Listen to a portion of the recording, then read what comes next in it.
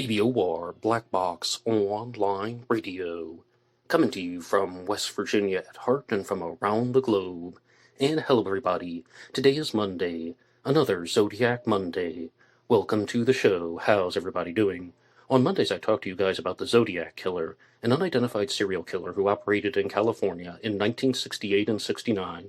Whatever happened before or after that is still part of the mystery. And you guys know the drill. You can hit the like button if you want, subscribe if you haven't, and drop a comment down below if you have something to say about the Zodiac. For larger things, you can send them to me at blackboxonlineradio@aol.com. And I am your host, Box Ned. Now, the first thing I have for you guys is that this episode is coming out on May 5th. On May 6th, we will see the official release of Michael Butterfield's new Zodiac book, The Zodiac Killer, the story of America's most elusive murderer. And this is one that has been hyped up for quite some time. I even talked with Michael Butterfield last fall about the release of his upcoming book for 2025, but it goes so far beyond that because there was a lot of talk about Michael Butterfield releasing a book in the early part of the century, as hard as it is to imagine that, but it's back in 2006, 7, or 8, around the time that David Fincher's Zodiac movie came out, and there were some delays with the original book plan, but it is now finally here. And I would like to read the description for you. More than 50 years after the Zodiac Killer mysteriously vanished, his crimes and letters still haunt the world.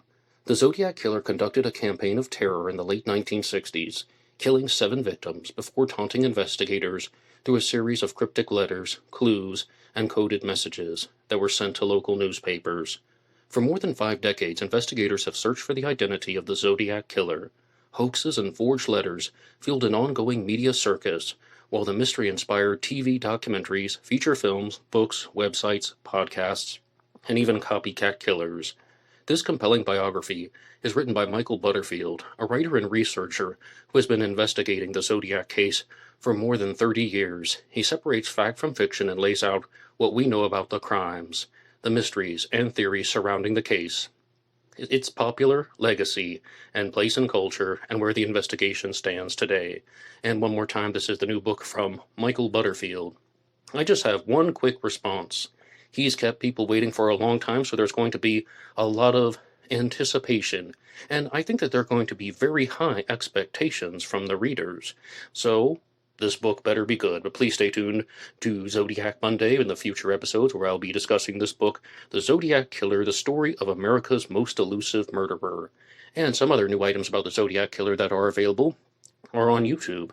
One of them is on the channel SoCal Phantoms, and that channel has released a new video about some possible clues in the Zodiac's Cipher creations. The first cipher that was created by the Zodiac was the 408 cipher, and the second one was the 340. And this is an interesting mental exercise, if anything. What SoCal Phantoms did was taking the right angles out of both ciphers, taking the right angles and using them to create a pictogram of a castle, something that I thought was very interesting, and I was surprised that it was able to be done so easily. There are 13 right angles in the 340 cipher and 14 right angles in the 408 cipher, and they can be combined to form a castle, of course, with some connecting lines. But one more time, that is available on the channel SoCal Phantoms. And there's also a new Zodiac Killer video that is out on the channel Spins and Needles. This is one that I've referenced from time to time because the guy who runs the Spins and Needles channel does a lot of great research, especially with looking at older stories, looking at older newspaper articles, and presenting them on YouTube. But this new video is about the inspirations for the Lake Berryessa costume. On September 27th of 1969, the Zodiac Killer attacked Brian Hartnell and Cecilia Shepard at Lake Berryessa in California. He wore a black hooded costume, and he had the Zodiac symbol on his chest, and the hooded costume is frequently described as an executioner's hood. However, I was looking at some of the possible inspirations, and some of them really stood out to me, like they could be definitely plausible, coming from older movies, but the one that caught my attention the most was The Man from Mars. And The Man from Mars is a story that I was talking about recently on Black Box Online Radio. I'm not overly convinced that the Zodiac would have used the Man from Mars as an inspiration for the hood. I think that that costume is significantly different. It's just a little bit too science fiction, and it doesn't have the executioner's theme that the Zodiac had.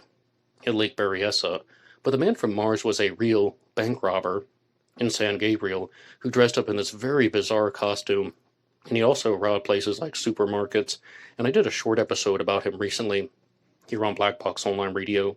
Monday through Friday I release shorts here on YouTube, but they also come out on Facebook under my personal name, Ned DeHaan, as well as on Instagram and TikTok under the names blackboxonlineradio. So you can find all of those, follow me on all those pages if you want to keep up with true crime discussions. And some of you may have noticed that I've been focusing the shorts on Jack the Ripper recently. Last year I read several books for the Ripper Wednesday show, and I decided to do short versions of the book reviews, and I'm going to assemble them all together in something much larger for Ripper Wednesday. Every Wednesday I talk to you guys about Jack the Ripper here on YouTube, and if you want to hear more about that mystery, I invite you to tune in to the next episode. You can also catch Tuesday and Thursday live streams here on BBOWAR for True Crime Talk Radio in the morning, and of course, every Friday is Cooper Friday, talking about D.B. Cooper. We use a lot of true crime throughout the week. Now, the next thing that I have for you is, there's a video that came out about a month ago on the channel Behind the Mask called The Zodiac Enigma, the Zodiac Killer Behind the Ciphers. And it's a podcast that had some corresponding images, other things were just completely unrelated, and not even like Black Box Online Radio because this was all done with motion. So it was, they had some choices for their visuals. However, with this one, the thing that stood out to me the most was that it wasn't even focusing too much on the ciphers, but instead the psychological profile that was shared. And they were referencing a podcast that was done in 2022 from John Smith. However, I think that this is something that he might have been referencing as opposed to creating his own psychological profile. But they're trying to determine, how old was the Zodiac Killer? How big was the Zodiac Killer? How tall was the Zodiac? Their profile was of, firstly, things outside of psychology. They estimated that he was a white male, 5 feet 8 inches tall to 5 feet 10 inches tall, 36 years old approximately, if they put an exact number on it. And they even said, though, maybe a little bit older, maybe late 30s, 40s, but they estimated if they had to choose an exact number, 36 years old, someone who was ex-military, and someone who spent an enormous amount of time by himself. So some guy who's entering into his late 30s and doesn't really have a lot of friends, doesn't have a strong social circle.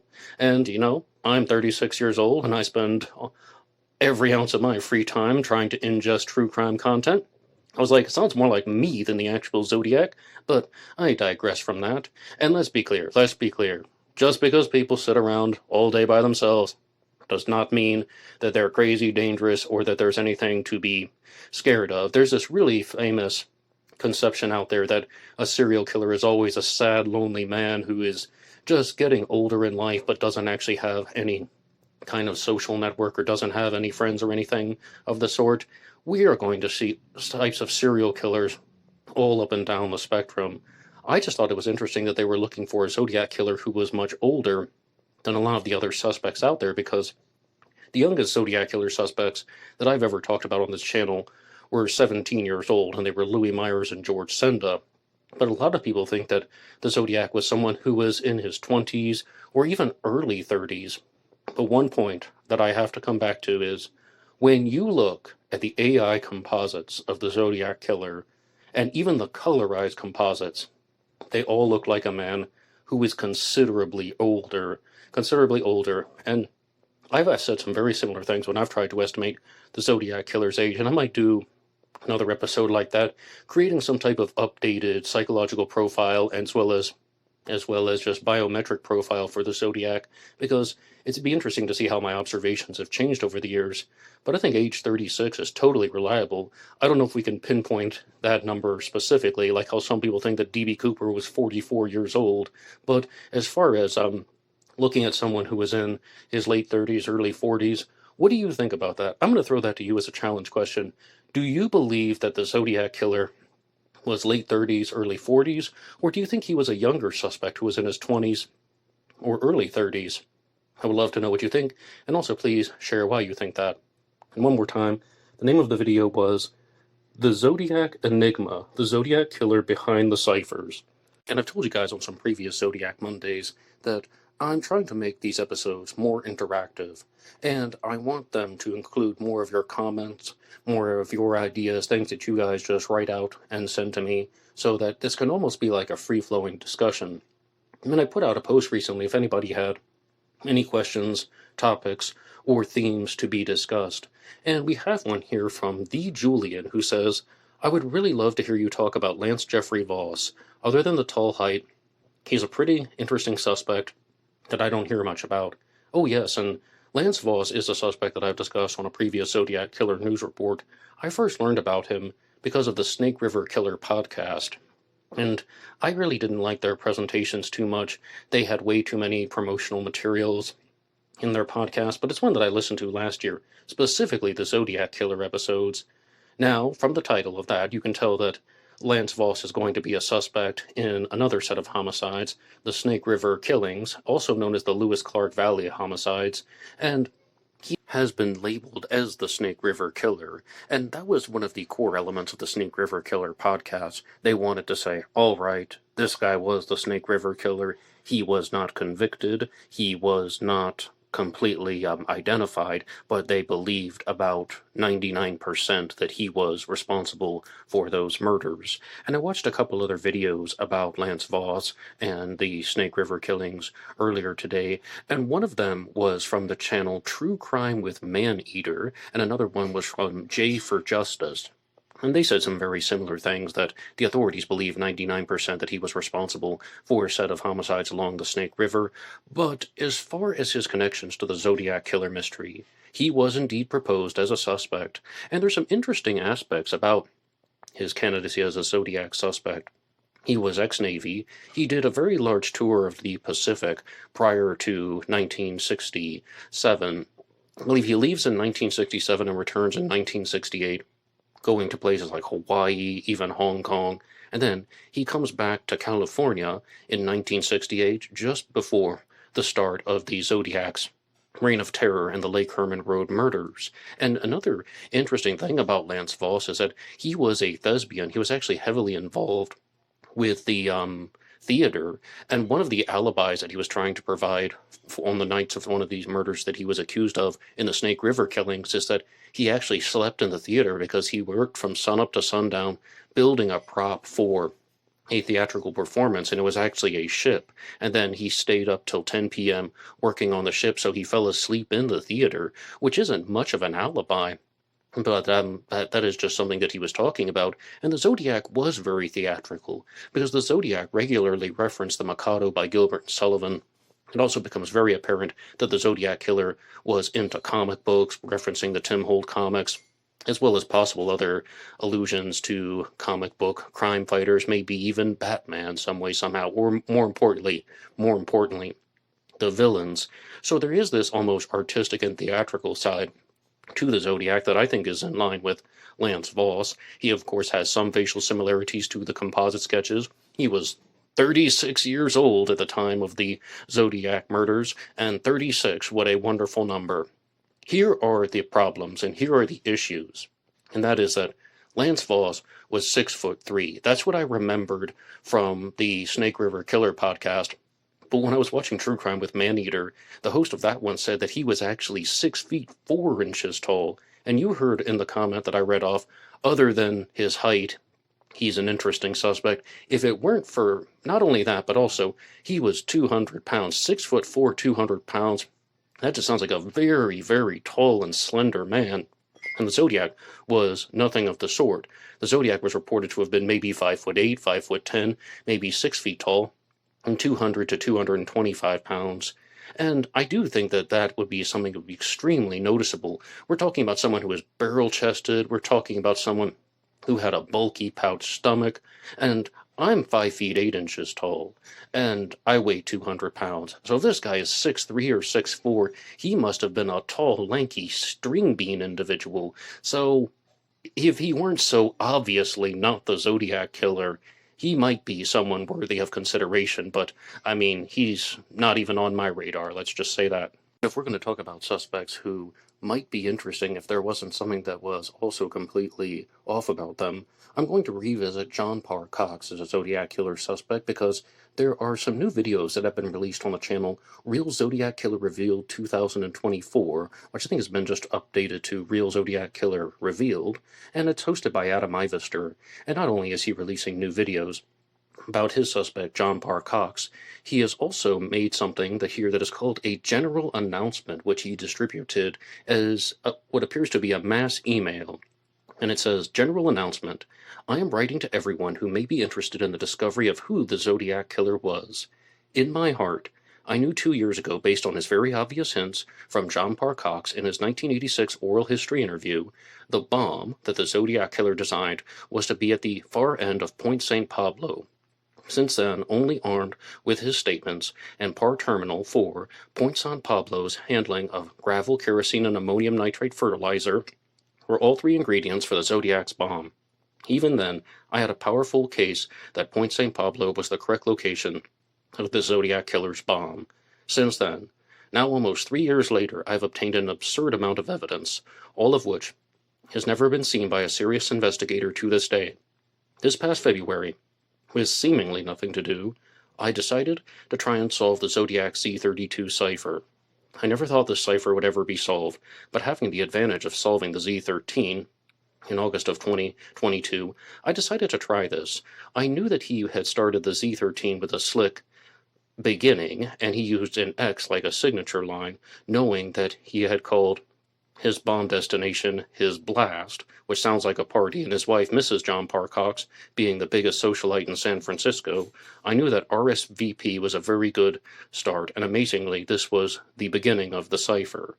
And only now recently I've discovered that my location, as I predicted in 2023, was correct, because this is where John Park Cox owned a company called Atlas Fertilizer, the Atlas Fertilizer Company, and he had industrial bags of fertilizer right down on the side of the road. The Zodiac Killer said that he had bags of fertilizer laying on the side of the road, and I would have to be Houdini to get that right. The last whaling station in the U.S. was also located in the vicinity. The Zodiac once hinted this in one of his letters when discussing the bomb, when he said, Melvin eats blubber. Now, this clue went over my head too, but I finally got it. Below are some more points. Okay, and that's going to go on for a while, but let me just add some context to this. Let me just try to put some things into perspective about what Adam is talking about. The Zodiac Killer decided to have some type of shift in his MO after the murder of Paul Stein, where the Zodiac is saying that he's going to target school children, he's going to disguise his crimes as routine robberies and accidents, and the Zodiac also said that he was going to detonate a bomb.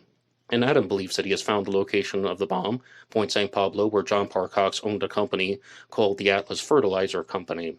And the Atlas Fertilizer did work with ammonium nitrate fertilizers, which is what the Zodiac also talked about. And even this point here about the whaling station and Melvin eats blubber, which was written on a button, Melville eats blubber, but this is Melvin eats blubber, referring to the attorney Melvin Belli. When all of these things are put together, I mean, it makes sense. And this is one of the reasons why I've defended Adam to a certain extent, because his circumstantial case that he has been building for John Park Cox would be defendable, except it's the same problem with Lance Voss as a suspect. John Park Cox is just so obviously not the Zodiac Killer. 50 years old, 6 feet 4 inches tall, 245 pounds. And I mean, if you actually were to just find all of those things that Adam has developed and place them on a different suspect who is 5 feet 9 inches tall and 36 years old, as well as maybe someone weighing 200 pounds, we might have a little bit more to discuss. It's just John Park Cox does not match the physical descriptions. And also, we're talking about someone who's going to be wearing 10.5 shoes at Lake Berryessa that were estimated to have been worn by someone weighing 200 to 225 pounds, John Park Cox is just too big to be the Zodiac Killer. But I can even grant Adam this point about the ammonium nitrate fertilizer, because the more that I hear about John Park Cox, the more that I realize that he had the brain to be the Zodiac. He had the type of personality that would have fit with everything in the world of the Zodiac, because it goes so far beyond ammonium nitrate fertilizer. In one of Adam's other videos, he talked about how John Park Cox worked with radians, and the Zodiac said that he was going to be using radians and inches along the radians to find the location of a bomb. And John Park Cox learned about this stuff by using theodolites and surveying. So he knows all about these maps and the symbols that are on the maps. And then he also could have taken the symbols from a poster that was on his office wall from the Santa Fe Railroad. And he has these types of esoteric knowledge sets that make so much sense about what the Zodiac would be doing. And to Adam's credit, again, going through some of this oral history project, which was actually turned into a book called Par Terminal by Judith K. Dunning. I mean, when you look at some things just standalone value, does John Park Cox do shady things? Did he do some shady things in the past? Yes, like saying that he was going to go to work one day, and he didn't come home for 21 days. Now, that doesn't mean he killed anybody. Is that bizarre, suspicious? But what's my favorite saying?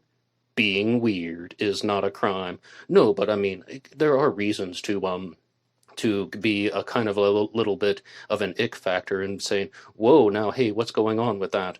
That also doesn't mean he was specifically the Zodiac Killer, or that he murdered anyone. And this is something that I'm going to be very, very clear about. This is a person of interest issue. He has been accused of being the Zodiac by Adam Ivester. I absolutely have no information or knowledge that John Park Cox ever killed anyone. With Lance Voss, it's actually quite more likely that he did rather than some of the other suspects, but specifically the Zodiac homicides also no. And the thing that Adam also comes back to in a lot of his videos is John Park Cox used to impersonate a police officer, pretend to be a cop to scare teenagers and so on, or at the very least intimidate them rather than scare them. Okay, so those are some things that have causes for suspicions. But I have to come back to the documentary His Name Was Arthur Lee Allen, where at the end of it, someone makes this comment that what a lot of people do with these suspect profiles is they draw a circle and they put their suspect's name in it. Then they draw another circle and they put the Zodiac Killer's name in it. And they start building it like a Venn diagram. Oh, well, my suspect has this in common with the Zodiac. And then they add another circle. My suspect has this in common with the Zodiac. My suspect has this in common with the Zodiac. And it just goes on and on and on. But that's not evidence. That's the exact quote from His Name Was Arthur Lee Allen, I think. That's not evidence. Just because you can find these types of similarities, like he worked with radians and maps and ammonium nitrate fertilizer, and he has some type of bizarre behaviors that create causes for suspicion, that doesn't mean that he killed anybody. And that also, it does not mean that he matches any of the biometrics in relation to the Zodiac Killer. So as you see, I wouldn't say that I was overly hyped up during that segment, but there are a lot of reasons why I think we need to address this stuff, because it goes back to this tier-leveled system that I was talking about on some previous episodes. And this is all true for the other unsolved mysteries that I cover on Black Box Online Radio.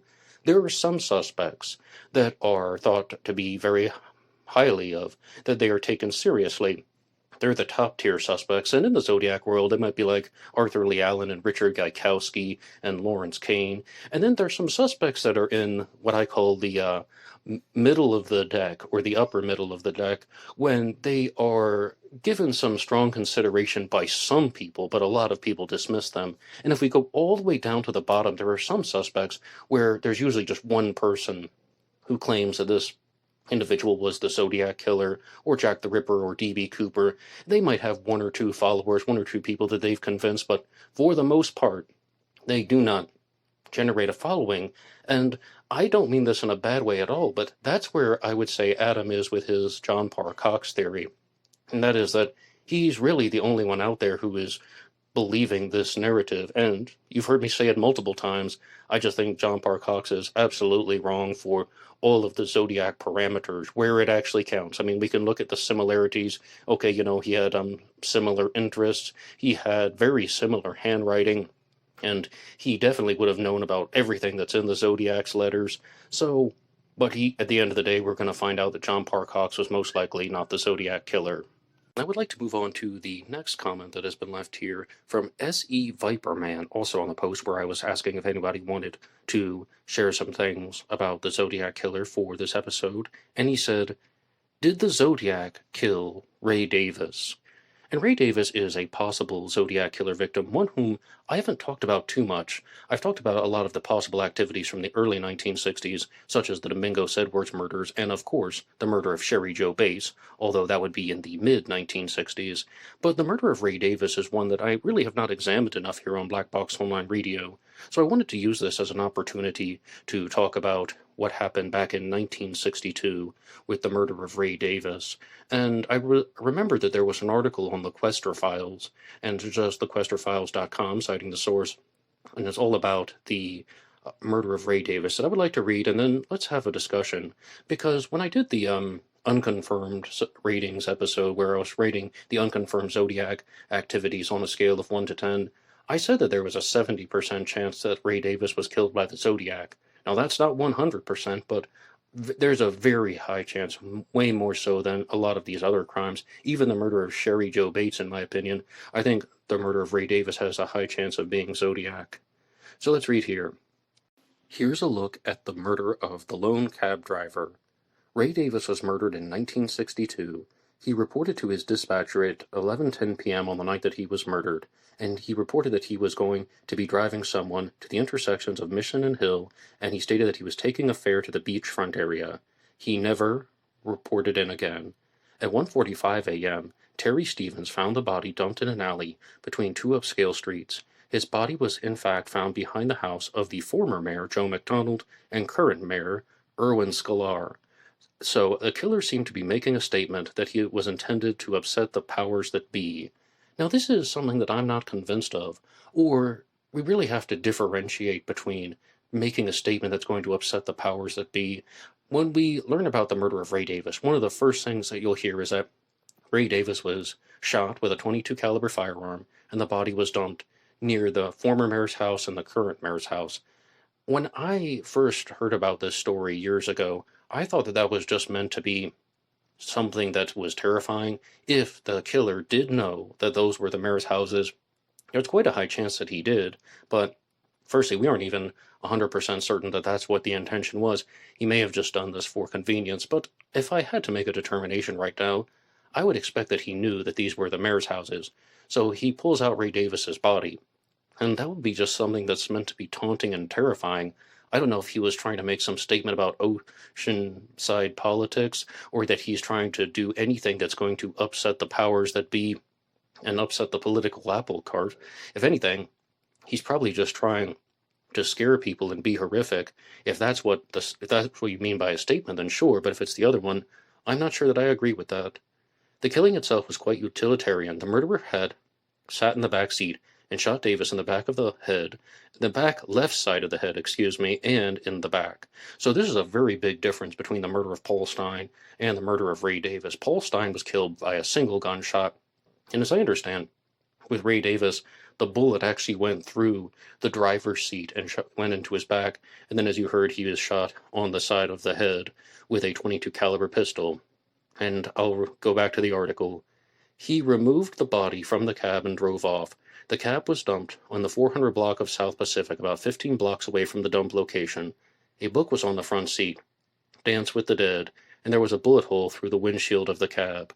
So, as far as Dance with the Dead goes, some people think that that was left as a signature, or he's, again, trying to do something horrific, taunting, and terrifying. But other people think that that book was already in the car. Maybe it belonged to somebody else, one of Ray Davis's other passengers. It's really hard to know. And in fact, I might be making the boring statement that we don't have enough information to say that the book was left there as a signature. The subsequent investigation and forensic examination of the body provides us with enough information via which to deduce some actions and induce a chain of events. 1. The bullet in the victim's back went through the right side and hit the T4 vertebrae. It left a bruise to the left sternum and the second rib, yet without the existing body, the killer was right-handed. He shot Davis with the gun barrel just above the back seat. And, of course, being right-handed, more often than not, only 10% of the population is left-handed, so they say. 2. The .22 caliber was an automatic weapon. One does not misfire a manual weapon. Well, one does not misfire a manual weapon? I don't know about that. The bullet hole was in the windshield that was high up, and it would have to have been fired from the second shot. Immediately after the first shot, Ray Davis's body slumped forward onto the steering wheel, and the killer jolted from the kick of the gun after having an automatic fired weapon. He fired the second shot, and that went through the upper part of the windshield. 3. The bullet hole was left on the side of the head by the ear. It's highly unlikely that the killer leaned forward, shifted his gun to his left hand, and gave the coup de grace in the head from the back seat. Thus, the circumstances induce. The killer got out, opened the front door, and shot the victim while standing over him. He then pulled the body from the cab and dumped it in the alley and drove off. No neighbors reported hearing gunshots, so a silencer could be considered.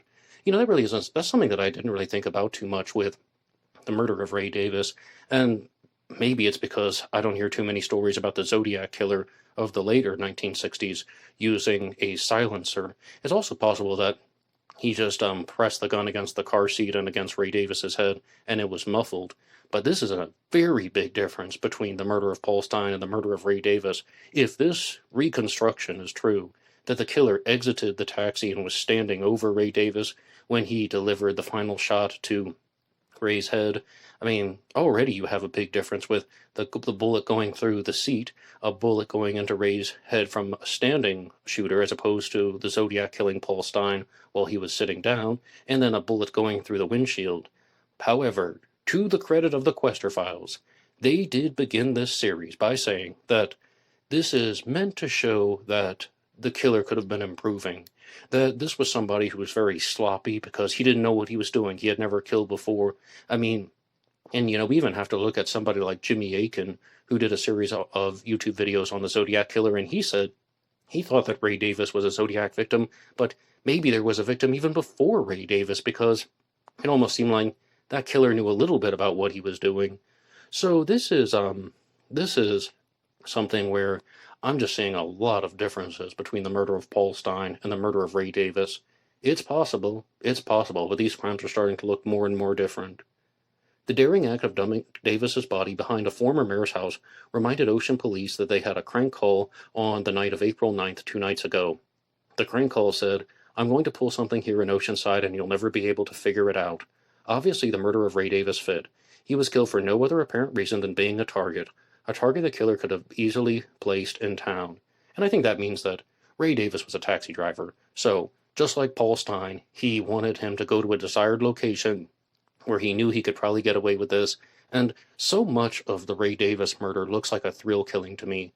It looks like somebody who had a plan to commit murder, and they wanted to do this just to see if they could get away with it. It could be just some bloodthirsty serial killer. It could be somebody who is trying to commit the perfect crime, and they got away with it, or it could be something completely different. There really is such little information. The city went to alert, and bus routes were watched. 2 drivers were assigned to each bus. Guards were at terminals, and Marines were even called up from Camp Pendleton. It was written up far and wide in the Southern California papers. Chief Police William Wingard believed that they were dealing with a deranged killer. Oh, absolutely. Absolutely. I don't think that this was some type of spur-of-the-moment issue where Ray Davis just said the wrong words, because why would the person dump the body when they could just run away? It seems like there was a very deliberate attempt to dump the body and move the car. It's almost like confusing the authorities, or it's exactly what the killer may have said. He wants to do something nasty, and you'll never be able to figure it out. The case took a few turns, and a 20-year-old Marine named Riley Coates was arrested as the prime suspect. He had been robbing cabbies in his hometown of Compton and in Oceanside. Several felony charges were brought against him, but the charge of murder was dropped when his fingerprints were taken, and they didn't match the latents taken from the cab. So most likely then he didn't do it, and also I think that a robbery would look much more different unless there was something of specific value that the killer would have been able to find. And right now I would like to get to your supporter shoutouts. Anybody can support this channel with buymeacoffee.com, buymeacoffee.com/blackboxned88, and that allows you to make a donation or contribution to help the show. And anybody who makes a donation will get a shout out here on Zodiac Monday. And our first one comes to us from Batman66. Batman66, thank you so much for your regular and consistent support. And also, we have a lot of things that have come in from Batman66 about helping out with the research for this program. A lot of the stories for Zodiac Monday, as well as some of the shorts that come out here on YouTube, are from Batman66. So I really do appreciate everything. One more time, Monday through Friday, you can get the shorts on Facebook, Instagram, TikTok, and of course here on YouTube. And our next one comes to us from River Prawn Pottery, another regular and consistent supporter.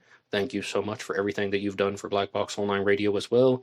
And we have another one, CZ Guy. You guys have been just absolutely tremendous. I mean, when I say regular and consistent supporters, you guys hear their names every week. You know who I'm talking about. Thank you so much for everything. And we have one from Classic Chevy Cat, who has been a very long supporter of Black Box Online Radio. This is on buymeacoffee.com. Love the lively chat during the live streams, but feel badly as you are multitasking to keep up. Good work as always, Ned. And yes, I apologize for the Thursday live stream, and I come to you guys live on Tuesdays and Thursdays for True Crime Talk Radio in the morning, and the Tuesday show went off without a hitch, in my opinion. The Thursday show had a bunch of technical difficulties, and it took me a really long time to get everything situated, and I even had the camera on sideways, so I was like, I can't leave this up there, and I had to mark that one private. And I was telling you guys that I was going to do a bonus live stream on the weekend because I felt that I owed you something of a little bit better quality. But the honest answer is I just wasn't able to. I didn't have enough time on Sunday to get the live stream in order. But I'm hoping for the best this week. Tuesday and Thursday, True Crime Talk Radio in the morning will come to you as regularly scheduled. And, thanks for your appreciation of the live streams, Classic Chevy Cat, because I love those things. I love talking to you guys. I told you I'm trying to make Zodiac Monday more interactive, but with the live streams, it's all about the interactions. You can just throw your questions right into the chat, and I'll try my best to respond if I can. I've noticed, though, that as the show gets bigger, it starts to attract more people who are not only trolls, but really dumb and annoying trolls that are just asking really off-topic stuff, things that aren't even true crime related, as well as the ones that are just trying to use 12-year-old humor and such, the stuff that middle schoolers would say at the lunch table, talking about crappy fart jokes and so on. And I'm like, I'm not exactly sure how old are you, but no one's laughing. Yet there are going to be more and more of those. And I did the one on the New England serial killer recently, and I think that's just a popular subject in the news. So in the live chat, I was seeing all types of different names, and some of them had a lot of trash talk. But as far as the current live streams and this week's live streams, I will be just kind of going back to the basics. What I've said about True Crime Talk Radio in the morning is, you can share anything you want in the live chat. I'm trying to make the titles focused on criminal psychology, forensics, and criminology, so it's just general. You can talk about whatever you want. If you want to talk about the Zodiac Killer, Jack the Ripper, or D.B. Cooper, that's fine. Or if you want to ask about a different serial killer story, that's fine too. And I'm also really looking forward to putting out that larger Jack the Ripper video for Ripper Wednesday in the near future. Lots of things here to explore on Black Box Online Radio, so feel free to stop by every morning, Monday through Friday, and let's have some true crime discussions. And I would also like to give a shout out to Dennis G, who has been helping find a lot of the images for this program. Dennis G provides a lot of the things that you see going by on the screen here. And Dennis also shared something that I want to talk about right now. And he brought up this image showing the similarities between the Zodiac Killer symbol and the peace sign. And he was saying, do you think the Zodiac Killer chose that symbol as a way of making a mockery of the peace sign? And let's be clear, yes, the Zodiac symbol existed well before the 1960s, but this is an idea that has been discussed before. I've even talked about the Zodiac's possible infatuation with the peace sign when I did the book discussion on the Zodiac Murderers in History, Ciphers, and Crimes by C.G. Karras. But this is done in a different way. It's almost like he would be making a mockery of the peace sign, because the Zodiac Killer was a serial killer, he was a terrorist, and he was also just a twisted, narcissistic, and deranged individual. And I first started following the Manson story closely in 2020, and yes, the story of Charles Manson And that was when I first heard the term slippies, that the Manson family didn't actually like hippies. They were slippies. They would slip under the cover of being hippies. And slowly, over time, I would just accumulate all these different examples of people who were saying that they just did not like the hippie movement. And you'll find just random historical figures, random stories from the 1960s of so-and-so who did not like the hippies. They thought that they were pure hypocrites. And they're just saying peace, love, and joy, but it's all about material selfishness. So it's not beyond belief that the Zodiac Killer would be thinking about something like that. And yes, the Zodiac symbol existed well before this. The Zodiac symbol was on the watches. It's, of course, used in astrology, but he could have been thinking about something like that. And I do think that it's a defendable observation. Now, the final thing that I have for you here on Zodiac Monday is really going to get into the world of true crime talk radio. And it's going to be quite similar to the stuff that I was just describing.